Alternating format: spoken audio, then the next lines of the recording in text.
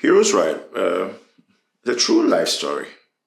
You know, about 8 years ago, we had a news item about a taxi driver who had helped the police to break a child stealing syndicate. He had picked up a woman who had given birth, and bottom line, the woman had stolen the baby from a hospital with the connivance of the doctors and nurses and so on.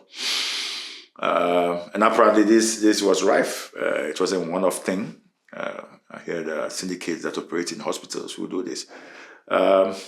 What excited us about that story was the fact that the taxi driver helped the police to bust this ring.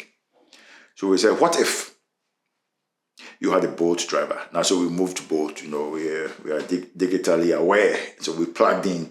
If you have a boat driver who helped the police to do this,